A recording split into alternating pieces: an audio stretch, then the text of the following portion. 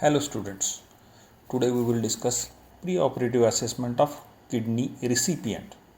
The common causes of end-stage renal disease is diabetes mellitus, glomerulonephritis, polycystic disease. The patients who not yet requiring dialysis should not go under renal transplantation unless there is irreversible deterioration of renal function. The kidney transplant should not be performed unless glomerular filtration rate is less than 20 ml per minute per 1.73 meter square with evidence of progressive irreversible deterioration in renal function over a period of 6 to 12 months. Cardiovascular system. The 40% deaths of post-transplant have got cardiovascular disease. The clinical evaluation, we should look for history, physical examination and X-ray chest. What are the common problems in cardiovascular system? Number 1, coronary artery disease. The incidence is 17 to 37%.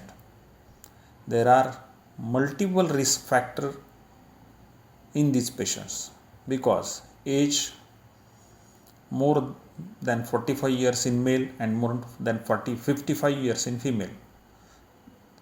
The risk factors consist of hypertension, dyslipidemia, diabetes mellitus, smoking, morbid obese are relative contraindications for renal transplant. Therefore, screening of ischemic heart disease should be done. The dopamine stress test, that is dopamine stress echo, is 52% sensitive and 74% specific to detect coronary artery disease. Second, these patients commonly having congestive heart failure. It is present in over 50% of the patients who are on dialysis. The cause will be uremic cardiomyopathy. Echo is a base screening test for cardiomyopathies. Abnormalities of uremic cardiomyopathy are: Number 1, enlargement of left ventricle and diastolic diameter, left ventricular hypertrophy, albuminemia, anemia, old age, diabetes mellitus. Treatment: improvement of uremic cardiomyopathy. We should correction of anemia by giving erythropoietins. Third common problem is hypertension. Use antihypertensive medication, ACE inhibitors, beta blockers, calcium channel antagonists and diuretics. Antihypertensive should be continued. Discontinue ACE inhibitors because severe hypotension may occur during induction. Then beta blockers should be started 1 month prior to the transplant to avoid perioperative bradycardia and hypotension. Third, aspirin should be continued in perioperative or can be continued in perioperative period. It decreases severity of silent myocardial ischemia in patients with stable and unstable angina. Low dose also decreases renal vein thrombosis. Patient on clopidogrel bleed perioperatively. They may require blood transfusion, but should not be considered a contraindication for renal transplantation. Platelet infusion can be used to reduce the risk of bleeding. Fourth, peripheral vascular disease, not present or develops after the surgery. Non-invasive color Doppler studies are useful in patients with diabetes mellitus or patients having history of claudication. Now, second, we have seen the cardiovascular system. Now we will see the diabetes mellitus. The type 1 diabetes mellitus and renal failure are widely accepted. Cardiac evaluation should be done to rule out myocardial infarction, which is a leading cause of death. Now we will see what are the abnormalities and its clinical relevance in patients with diabetes mellitus. There is stiff joint syndrome. The clinical relevance is atlanto-occipital joint fixation and it leads to difficult intubation of trachea. Second, autonomic neuropathy. Clinical relevance is there may be bradycardia, liable blood pressure, silent myocardial infarction, gastroparesis, delayed gastric emptying. Then third, peripheral neuropathy. The significance is patient may have stow and glow and stalking distribution of sensory loss in lower extremity. Then diffuse atherosclerosis. The clinical significance is there may be systemic hypertension, myocardial ischemia, stroke, peripheral vascular disease. There may be electrolyte imbalance. The clinical significance is there are chances of cardiac arrhythmias. Patient may have ketoacidosis. Clinical significance, such patients have hyperglycemia, hyperkalemia, metabolic acidosis and coma. Then hyperglycemia. Clinical significance is non-ketotic hyperosmolar coma and patients may have hypoglycemia. Clinical significance, there may be sweating, tachycardia, hypertension and coma. Now third C, we will see about anemia.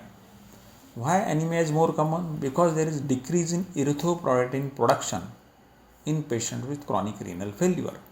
The type of anemia is normochromic, normocytic. It is severe in chronic renal failure when hemoglobin less than 6 gram% and hematocrit 20 to 25%. The treatment is use erythropoietin. Preoperative blood transfusion is questionable. Why? Because there is risk of infection, fluid overload and pulmonary edema. The transfusion can be performed during dialysis so that intravascular volume balance is very well maintained and hyperkalemia is avoided. Another system is hemostatic abnormalities in CRF leads to number 1 uremic coagulopathy, second abnormal platelet function, third ineffective production of both factors factor 8 and von Willebrand factor. The prothrombin time and APTT is normal in patients with uremia. Preoperative dialysis improves the platelet function and it prevents the bleeding. The use of desmopressin and conjugated estrogen. Use of conjugated estrogen 3 hours before surgery have fewer bleeding. The bleeding complications it is more effective than cryo, FFP and factor 8. Cryo has got risk of infection. Now about fluid base and electrolyte balance. In CRF, inadequate dialysis and dietary control may result in hypervolemia, pulmonary edema, and overzealous dialysis can cause hypovolemia, dehydration. But pulmonary edema still induced by positive fluid balance as little as 500 ml.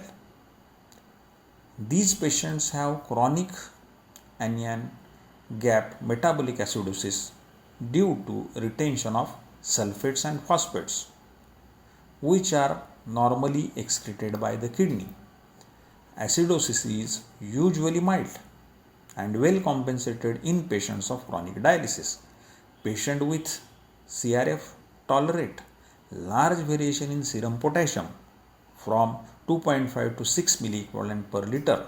Serum potassium increases due to decrease in renal clearance. Patient may develop hypokalemia post dialysis. Preoperative life-threatening hyperkalemia is characterized by ECG manifestations are prolonged PR interval, there may be bradycardia, there may be QRS widening, peak T waves, AV block. The treatment is calcium gluconate. It is cardiac membrane stabilizer. Insulin dextrose regime to promote intracellular shift of potassium. Then correction of acidosis by bicarbonate. To promote excretion of excess of potassium, diuretics therapy can be given and cation exchange regimes and hemodialysis can be done. Hypokalemia can be corrected by using diluted IV potassium associated with cardiac arrhythmias or presence of ECG changes as flattened or inverted T waves, prominent UAS, ST depression, atrial and ventricular arrhythmias. Now we will see the pulmonary dysfunction, hypoalbuminemia and low plasma oncotic pressure in patients with CRF. These patients are more prone for pulmonary edema in presence of fluid overload. There is decrease in surfactant production and there is development of pneumonia as there is impaired response to the infection. According to 2005 transplant guidelines, following will not be the candidate for kidney transplant. Number 1, home oxygen therapy. Second, uncontrolled asthma. Third, severe cor pulmonale. Fourth, severe COPD. That means FEV1 less than 25% of the predicted volume. Partial pressure of oxygen on room air less than 60 mm of Hg. More than 4 lower respiratory tract infection in last 12 months. Neurological dysfunction, uremic encephalopathy. Now we will see about neurological dysfunction. It consists of uremic encephalopathy, drowsiness, myoclonus, seizures, glow and stalking peripheral neuropathy. About gastrointestinal, urea. Urea is a potential mucosal irritant and it causes uremic enteropathy. Entire GI gastrointestinal tract becomes irritable and inflamed. The presence of hiccup and nausea, vomiting may be there. Treatment: protein restrictions, dialysis, peptic disease up to 25% with CRF. The autonomic dysfunction, there is autonomy, so there is increase in risk of regurgitation, aspiration during induction and emergence from the anesthesia. Patient on chronic dialysis, there is a risk of hepatitis B and C infection because frequent need of transfusion of blood and blood products. Metoclopramide 10 mg IV 30 minutes before induction of anesthesia and H2 receptor antagonist ranitidine improve the gastric emptying and increased esophageal sphincter tone and gastric pH. Thank you.